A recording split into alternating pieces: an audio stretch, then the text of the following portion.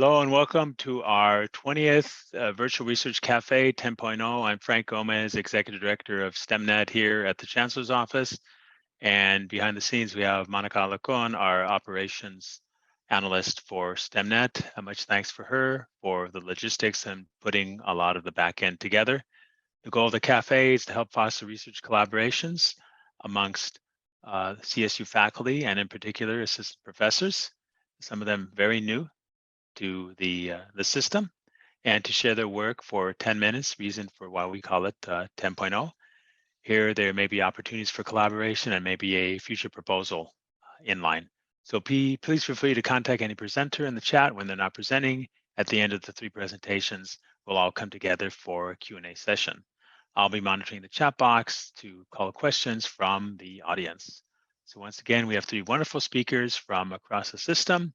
Our first speaker is Dr. Anna Doty from the Department of Biology at Cal State Sacramento. Anna, the floor is yours. Hi, my name is Anna Doty. I am an assistant professor at Cal State Sacramento. Today, I want to talk to you a little bit about my primary research interest, which is understanding the physiological and ecological responses of bats to fire. Bats are a really interesting animal, and I really enjoy working with them. They're really important because they make up about 20% of all of our mammal species. And they're known as what we call ecosystem indicators. So what that means is if we don't see bats in a particular habitat, then that can sort of indicate that that habitat is in poor health. So they're really resilient. They're very resistant species to different climatic changes around them. And so if we don't see bats in a particular environment, we need to kind of investigate that a little bit further. But just to give you a little bit of a background on my research interests, prior to working for the CSU system, I was a postdoctoral researcher at Arkansas State University, where I assessed novel methods for bat disease diagnosis. I received my PhD from the University of New England in Australia, where I looked at the effects of fire on bat physiology and ecology, and that's where my love of bat physiology and fire really took off. Then I did my master's at Nelson Mandela University in South Africa, where I looked at the effect of season on the metabolism of bats, and I have my BS from Berkeley in Conservation and Resource Studies. So one of the, I consider myself a physiological ecologist, and so that can mean a lot of things to different people, but physiology is just the study of how the body functions, and that can be anything from growth, metabolism, digestion, reproduction.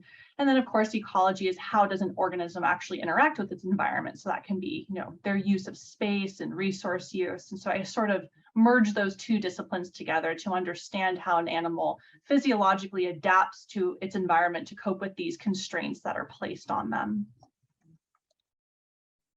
So that leads to a few different research questions. The first one being, how does fire severity affect the energetic expression of bats? So we're thinking about body temperature and metabolism. And then with that, I want to know, how does fire affect where bats roost? A lot of bats roost in trees, and that's what I'm particularly interested in. I want to know how fire affects what bats eat. And I also am interested in assessing what we consider positive or negative outcomes of fire on different bat species. So fire doesn't have to be a bad thing. It can be a good thing depending on the bat species and then depending on the severity of the fire as well.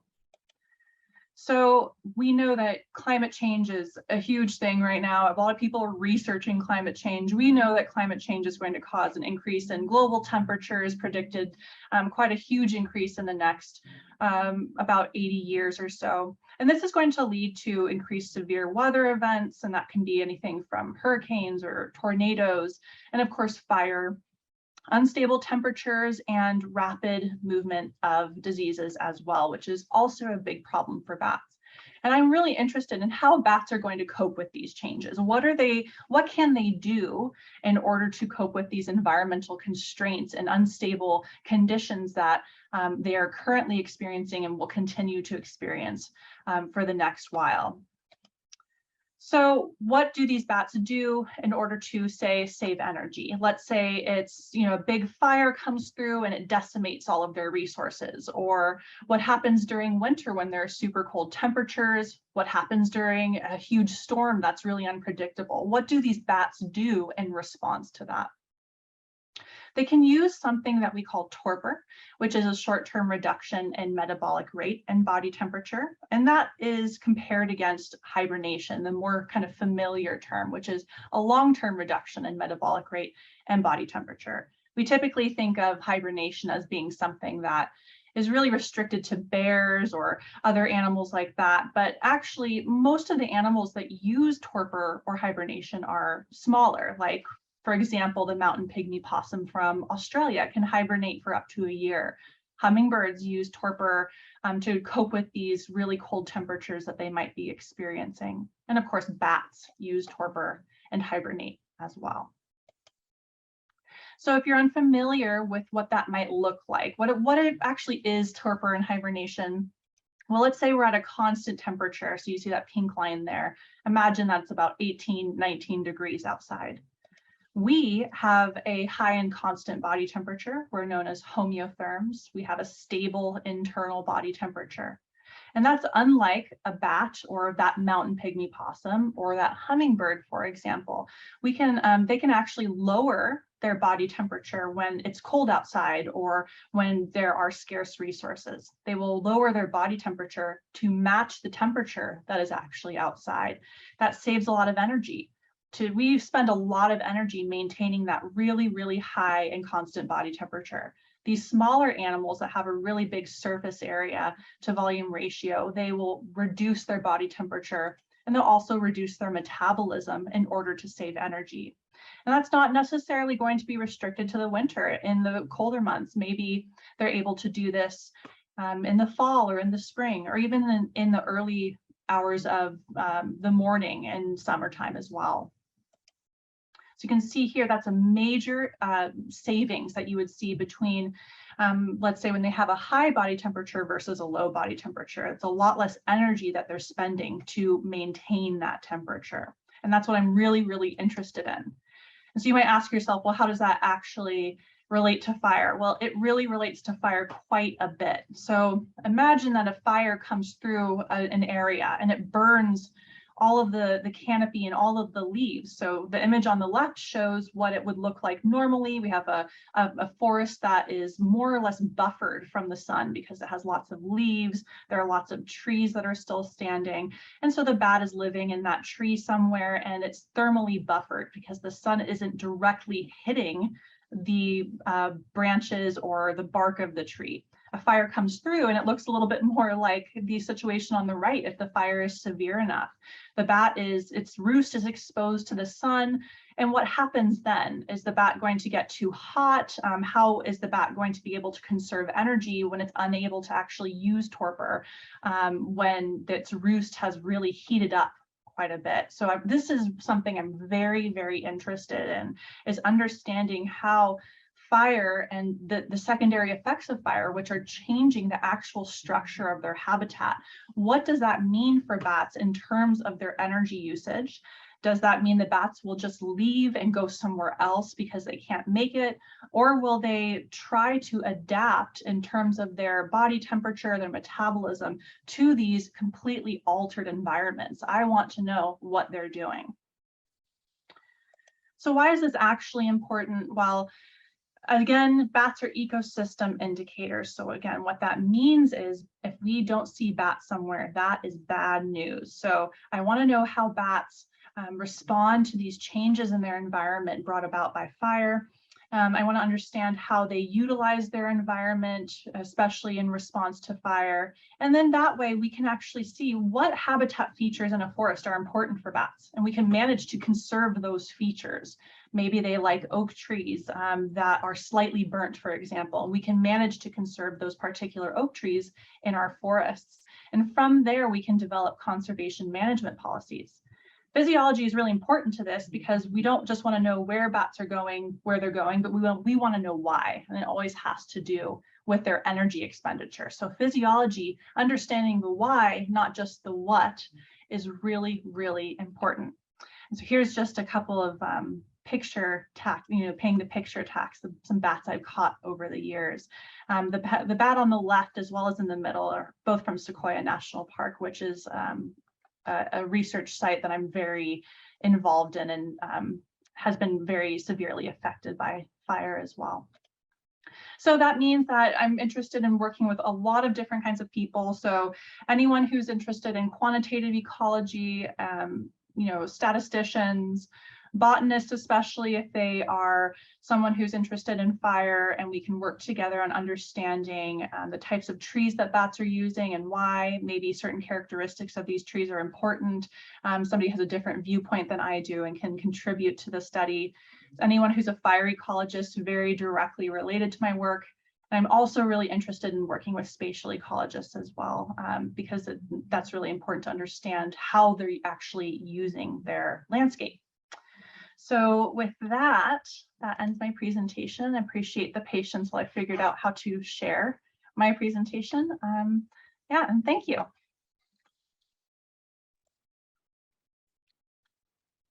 Thank you, Anna, for a very batty presentation. I appreciate that. I had to throw that in. Okay, and it's fine. I didn't get any laughter from that. Our next speaker is Rodrigo Canaan from Poly SLO from the Computer Science Department. Rodrigo. Hi, thanks. While I share my screen, I want to say that I really enjoyed the presentation. I'm already curious with some questions for the follow-up discussion. Let's see. Can you see my my screen with the slide? Yes, we can see it, or I can see it. Okay, that's good to hear. So yeah, hello everybody. My name is Rodrigo. I'm an assistant professor at Cal Poly State University in SLO. I'm at the Computer Science Department, Computer Science and Software Engineering, and I joined Cal Poly about a year ago. So my talk is going to be about artificial intelligence for 3 C's, right? Cooperation, communication, and co-creativity in games, right? So just a quick background. I'm from Brazil.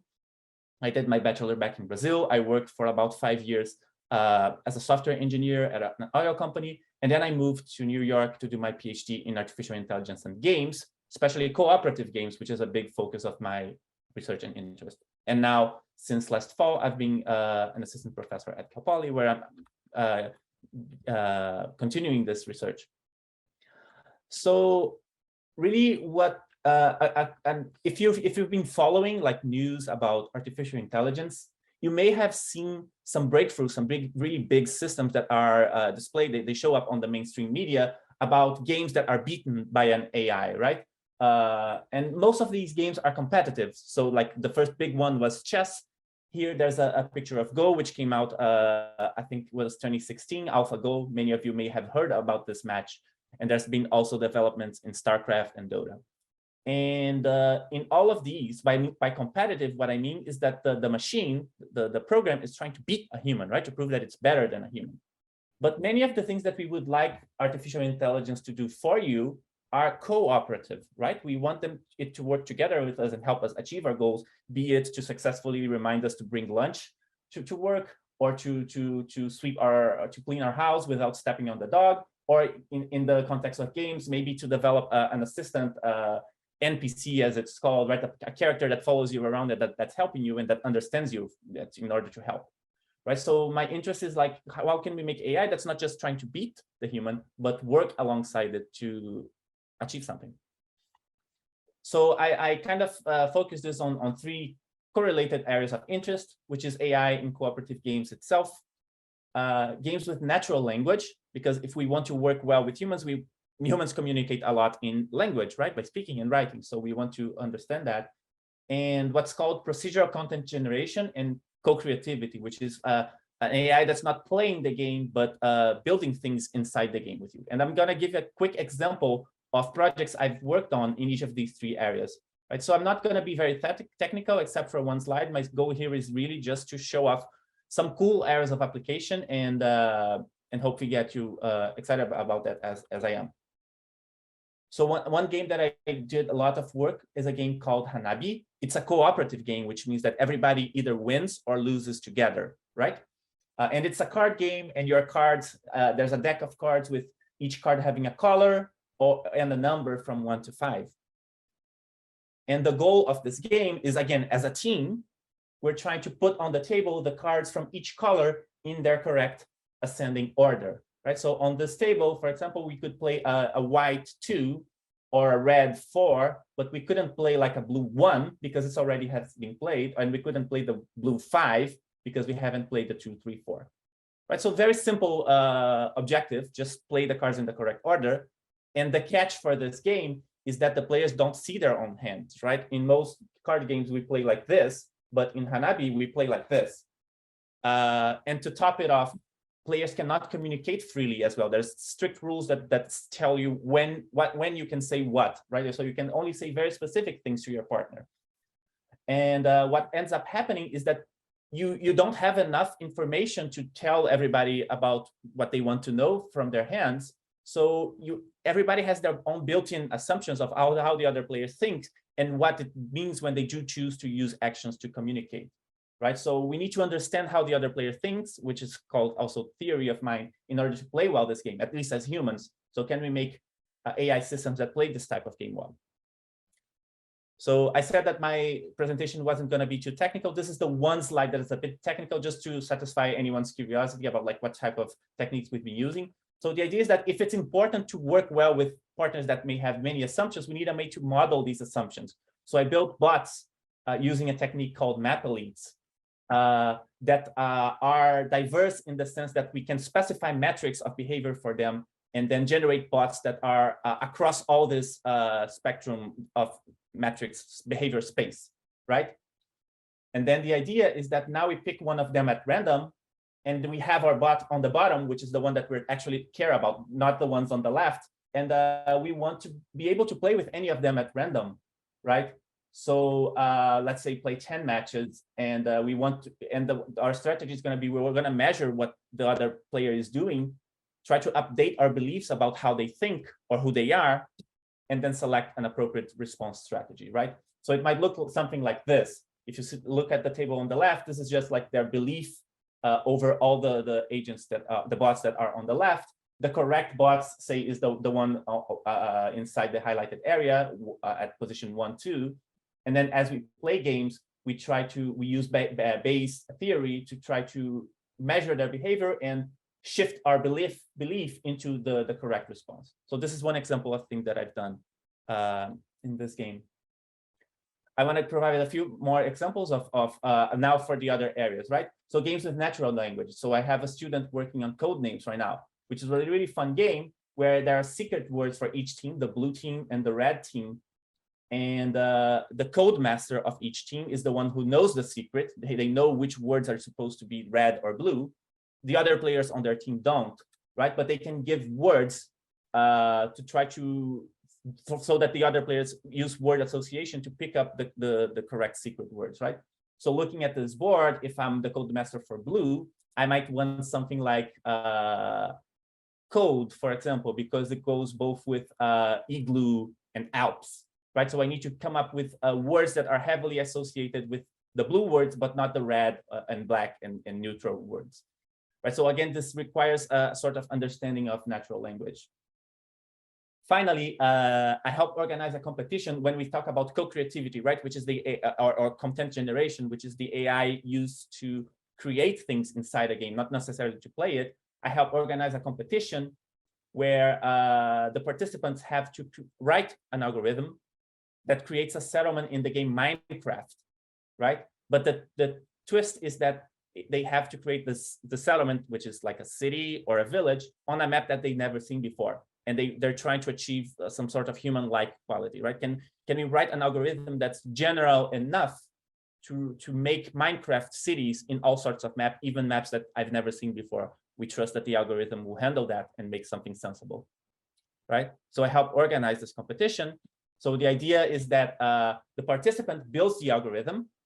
We as organizers, we make a map that's empty. There's no city there, but there's like this canyon. There's another area with a forest. There's some rivers. And then the participants apply the algorithm and boom, comes a village, right? And then we give it to human judges to evaluate. based on criteria such as adaptivity, functionality, narrative, and aesthetics. And here's some information. If you, excuse me, I didn't know this was gonna play. This is like a YouTube video with the this year's results for the competition. There's a link to the Discord page where you can get information about how to participate, right? And I have students all the time when I show this in class, students want to include these in this class projects and things like that. So to wrap this up, here are some techniques that I've used. I've used evolutionary computation, quality diversity algorithms, planning algorithms, reinforcement learning, Bayesian reasoning, right? These are some things I'm interested in. And opportunities for like cross-disciplinary collaboration, I'm gonna list a few. Like there's engineering in itself, of course, but outside of engineering and computer science, I can see like applications for psychology. Can we understand how humans play the game, what they want to see in a game, what they want in their partners for the game? Because maybe we don't want just a bot that plays very well, but plays in a way that's fun for the human player, right? So there's a lot of room for in psychology to understand better our players.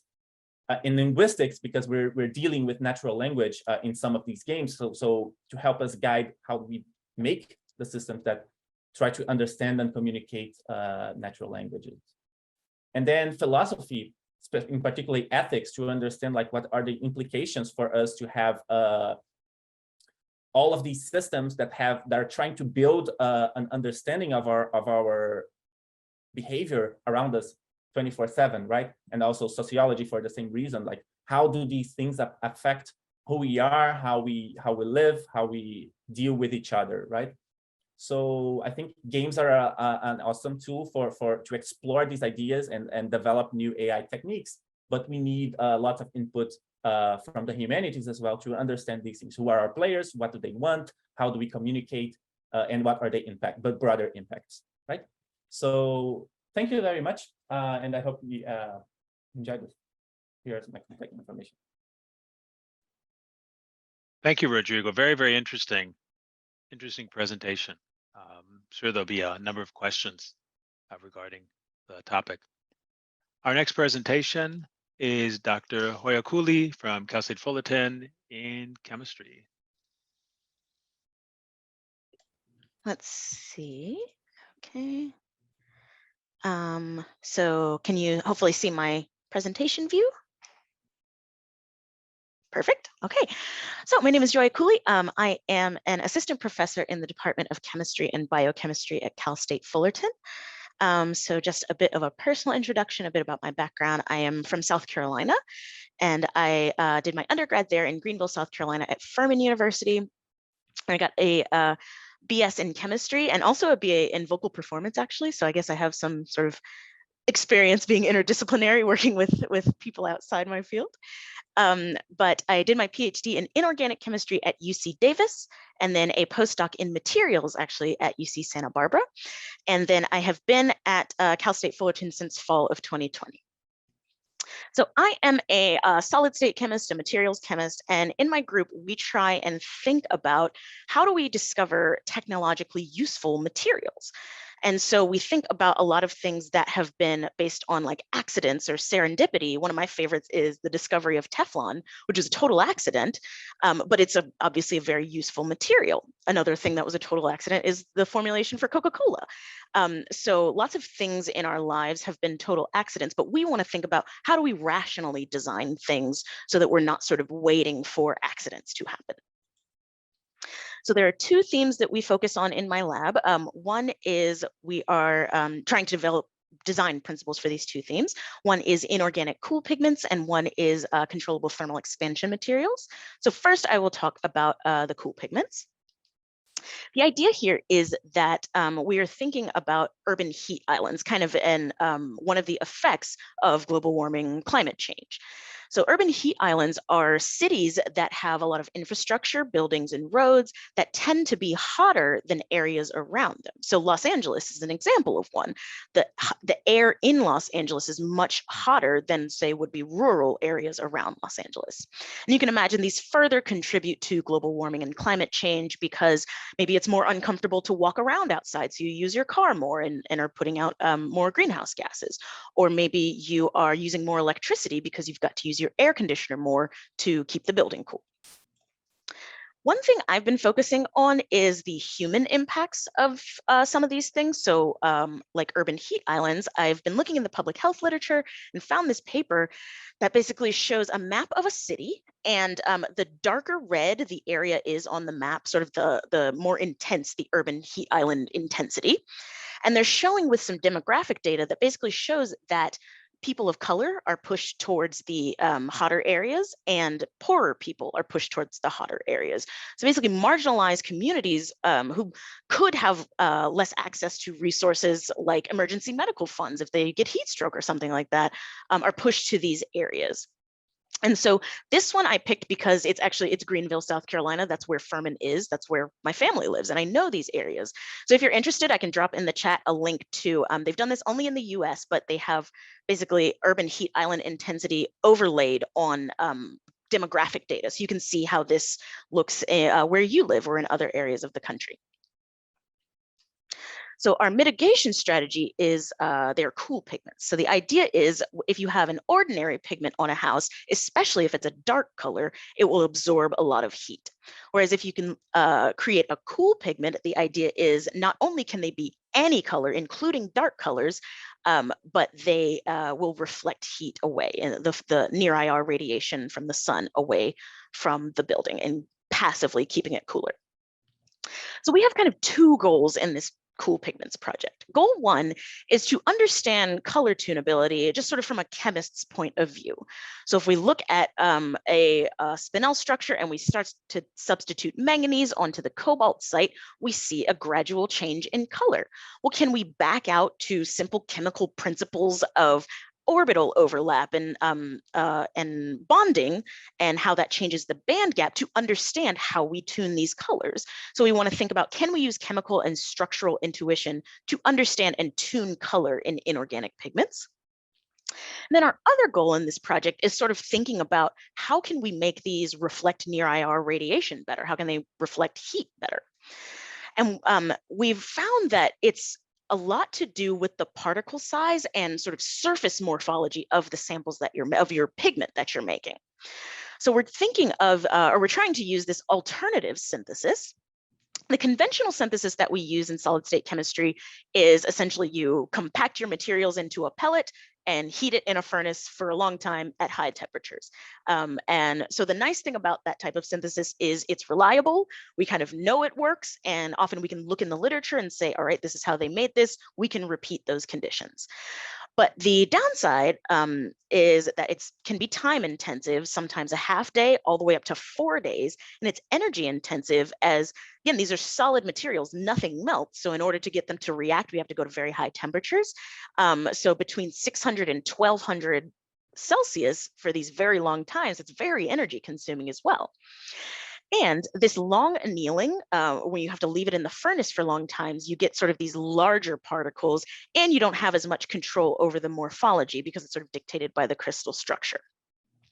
So we are also in my lab trying to use microwave assisted synthesis as an alternate synthetic method. And just like I told my class this morning, if you walk in my lab, it is a microwave. It has a potato button and a popcorn button. It is just a kitchen microwave, but you can actually get up to like 1100, 1200 Celsius in these things in like 5 to 10 minutes, sometimes up to 30 minutes, if you just have to do a couple of things. So of course, the downside is the synthesis conditions aren't usually known. People don't typically publish, we put it in a Panasonic microwave at power 5 for 10 minutes. But the upside is it's extremely quick. So my 5-minute reactions, my students can do several of these reactions in a day and figure out the optimal synthesis conditions. And what we're trying to understand is, does this short annealing time and this sort of internal heating as opposed to external heating allow us to affect particle size and or give us control over the morphology? Just to show you quickly that this does work, I'm showing here 2 X-ray diffraction patterns. In both cases, the black dots are the data that came off the instrument. The blue line is basically what the data should look like if we made the right thing, and the gray line below is the difference between the two. And so you'll see both of these are very good fits to the data. So we've made the right thing in both cases. The top case was 12 hours in the furnace, not terribly long, but the bottom case was 9 minutes in our microwave. So we can drastically reduce this heating time. So now we're sort of looking at what does particle size and morphology look like. My other theme is thinking about controllable thermal expansion. So most people are probably familiar with conventional positive thermal expansion. This comes from the asymmetry of the anharmonic oscillator. So usually as you heat things up, they expand. And the example I like to use is that the Eiffel Tower in France is 15 centimeters taller in the summer because of thermal expansion. But there are some materials that exhibit negative thermal expansion. As you heat them up, they actually contract. And this can be useful or because of a lot of different mechanisms, sometimes structural mechanisms, sometimes electronic. But the idea is they are very useful for thermal compensators. So if you have something that displays positive thermal expansion, perhaps too much positive thermal expansion, you could composite it with a negative thermal expansion material and sort of tune the thermal expansion to whatever you want, including zero thermal expansion. So there are some like high-end watches use materials that have zero thermal expansion and don't change dimension as a function of temperature. And so this has lots of different applications, of course, in building materials, aerospace materials, and even actually dentistry. So again, thinking about the human impacts of this, if we are able to control thermal expansion, we could likely control, or we could likely make more robust materials, things that last longer and create less waste. So I've been thinking a lot about how marginalized communities are affected by waste. And I found this fairly recent paper that says that these researchers found that consistently developers are placing hazardous waste facilities in neighborhoods where poor people and people of color live. So if our research could maybe alleviate that some, I think that would be great. So what are we actually trying to do? Essentially seeing if we can use composition as a tuning knob to control thermal expansion. So here's some data out of our lab. We did some temperature dependent synchrotron diffraction, and we can see looking at the volume as a function of temperature, at lower temperatures up to 400 Celsius, we see conventional positive thermal expansion, and then it starts to go to negative thermal expansion. We are not the first people to see this. We are repeating what's in the literature, but now we can start to play with the composition a little bit and see, okay, well, how can we tune either the range of negative thermal expansion or the degree, the sort of slope? So I try and use this kind of three-tiered approach to these two problems in chemistry. We think about crystal structure choice and element choice to design the materials, time and temperature control for to do different types of synthesis. We do multi-scale characterization, lots of neutron and X-ray diffraction, and we're trying to get into pair distribution function if anyone has experience with that. And we would also like a collaborator for microscopy. And we measure all kinds of different properties. So if there are any of these areas, especially sort of those human impact areas that I talked about that you think you could help with and collaborate with me, please do reach out. And thank you for your attention. Great, thank you for a very, very interesting mini seminar for all three of you. And we now open it up to questions. You could either just put your hand up, physically your hand up, or you can just put it in terms of the reaction, or just speak up.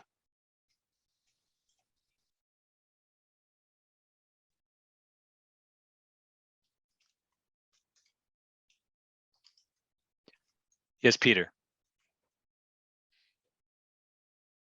Pardon me while I unmute. I had a question for Dr. Doty. Very interesting all, by the way.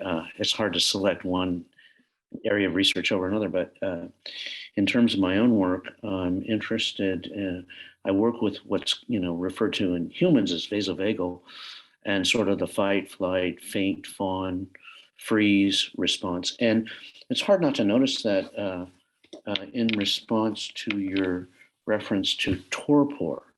And I was just wondering if you may or may not have had occasion to look at this, but how does the bats, or even bears for that matter, trigger hibernation? I mean, is it through a vasovagal response, or do you know? Yeah, so hibernation, and in particular, is like, it's a different sort of beast than torpor is. So torpor is just something that bats will do for like a couple days at a time, and that's triggered by usually like resources or temperature, and that can be, actually I have not thought much about the vasovagal response in terms of torpor, but hibernation is very much like triggered by circadian rhythm, timing. So that's like, you know, fall is coming, they do this whole procedure, right? It's a whole song and dance where they start swarming around and kind of grouping together, trying to eat as much as possible. And that's very much, you know, interlocked with seasonal timing. But torpor is different, because torpor is, whereas hibernation is sort of like linked to season more or less, torpor is more of a as needed thing. So like fire and torpor are really more interlocked. And I wonder about what you're saying about the vasovagal response and the initiation of torpor. And this is only a little tangentially related, but actually I did do, this is a little bit of a stretch, but I did do a study about when bats are in torpor, how do they come out of torpor when they're exposed to smoke that mimics fire. And they can actually sense that when they're basically sensory deprived when they're in torpor, and then that will trigger them to come out of it. But that's a really interesting question that you have, and I think that that's something that I would be really interested in looking at and exploring in more detail. So yeah. Excellent. Mm-hmm. Yeah, thank you. Mm-hmm.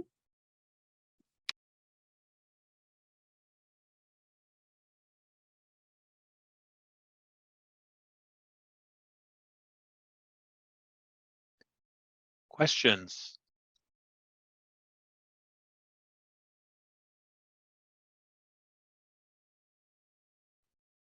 Well, I had a question for Doty, and I think it kind of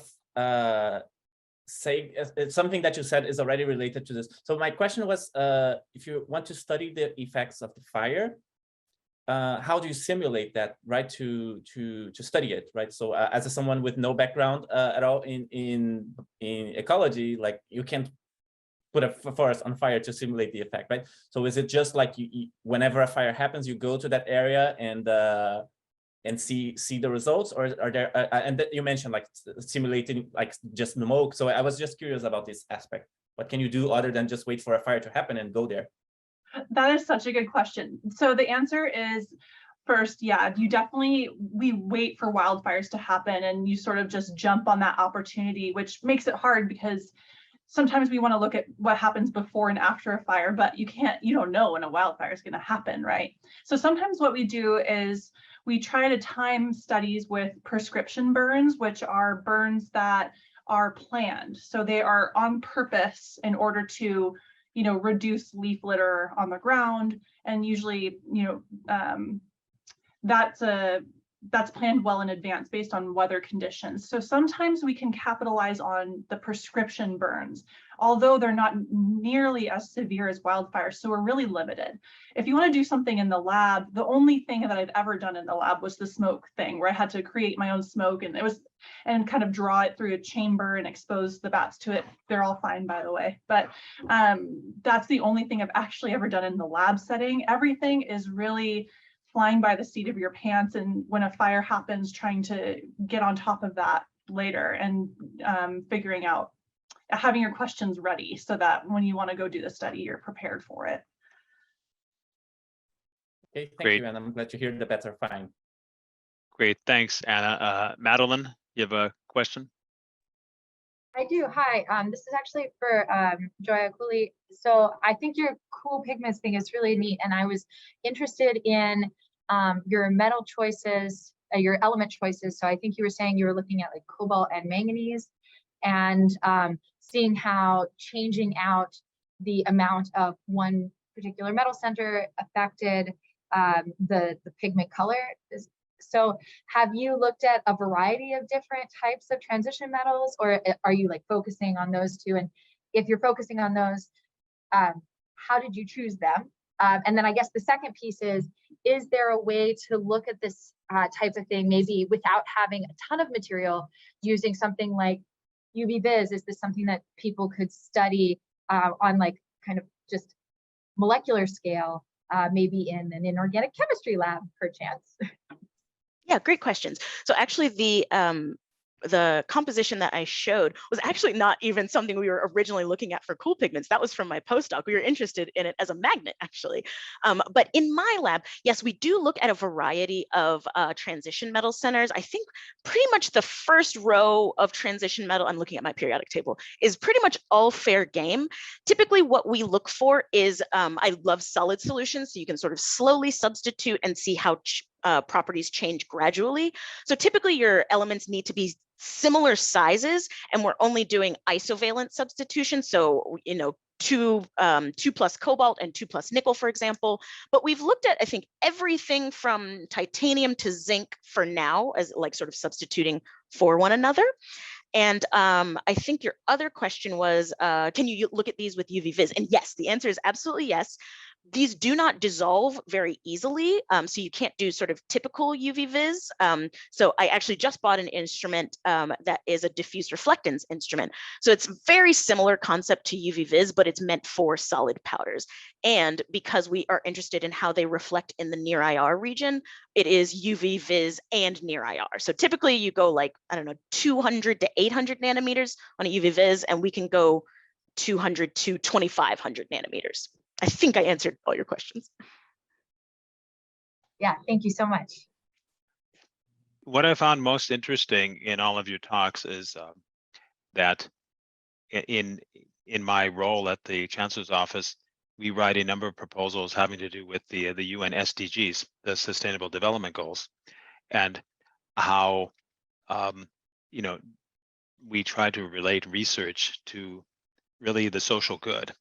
And if you look at any one of your projects, the materials one having to do with areas that are affecting people of color and the marginalized people where they live, for example, where you're looking at you mentioned that Joya there, and then Rodrigo, you know, AI has gotten its negative sides in terms of policing and what have you, but you're looking at it from a cooperativity and a collaborative angle. And with Anna, you're looking at, you know, where there are places where there are no bats, then there's problems with the ecosystem there, and that really impacts humans also.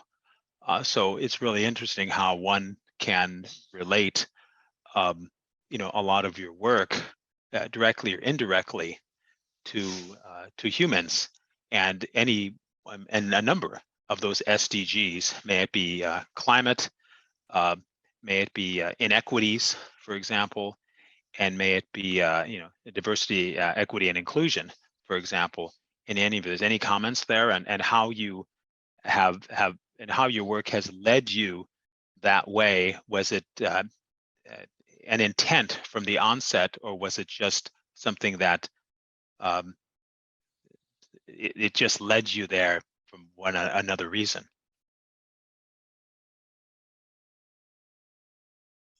I can say something. It wasn't something sort of looking at like this urban heat island intensity. It was sort of something I stumbled into. I was like, oh, this is why people are sort of interested in cool pigments for these urban heat islands. But then as I read more into the, like I said, public health and sociology literature about the human impacts of urban heat islands, and I started like presenting it at conferences and explaining it to my classes, I found a lot of buy-in, I guess, for lack of a better term. And I find that my research students are really interested in this kind of stuff because, I mean, like I keep saying Los Angeles is an urban heat island, and like my students, a lot of them live near Los Angeles. And so they sort of know these areas, they know who lives there, they know who could be impacted by these types of things. So I find it really, I did sort of stumble into it, but I find it really rewarding, especially getting to share it with students who also kind of find it really impactful. I could go next. So Yeah, I think my interest in the social implications, it started fairly early in my research. So my advisor, he actually majored in philosophy, so he taught a class about ethical and philosophical impacts of artificial intelligence, right? So I really liked that class as I was doing my PhD. And then since arriving at Cal Poly, I've been talking to people in the philosophy department who have a technology ethics group. I've been, at the end of every quarter, more or less, I usually give a class talking about the impacts that we've seen recently in terms of biased AI systems that have come to the media, in policy, in social media, and things like that, right? So yeah, it's definitely an area that's always interested me, and I would like to get more and more involved. I think from, my end, with the fire stuff came about because I had my PhD advisor actually got funding to work on the effects of fire on different mammals in Australia. And I happened to be at the right place at the right time. And I was lucky enough that I'm really interested in the effects of climate change on wildlife. I mean, that has always been something I've wanted to pursue ever since I was a teenager.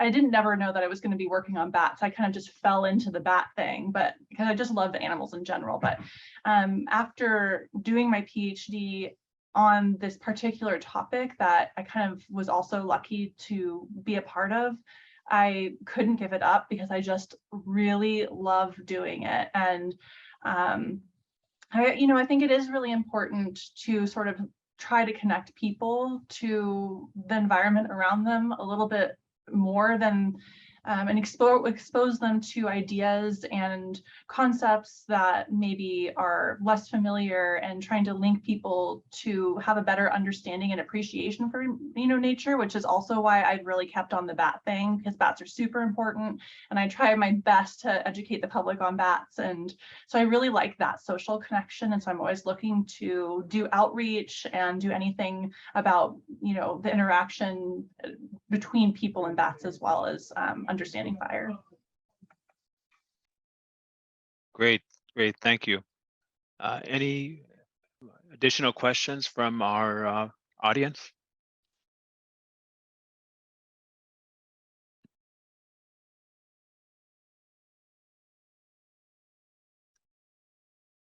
If not, I would like to thank our really great speakers today. Very, very interesting talks. And all I know is I've never been a big friend of bats because they don't really look that nice, but maybe up close, maybe they, to some people, look nice, but you don't really see a lot of soft, cuddly bat toys at stores and stuff like that. But maybe there's a market there somewhere, huh? There's a market. Yeah, there's a market for anything. So I'd like to thank our three speakers, wonderful presentations, and certainly, best of luck to you as you move forward in your careers. And I look forward to visiting.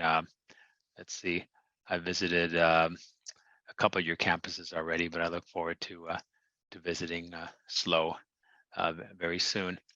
And I actually have visited SLO many, many years ago. So I'd like to thank everyone for attending today's cafe.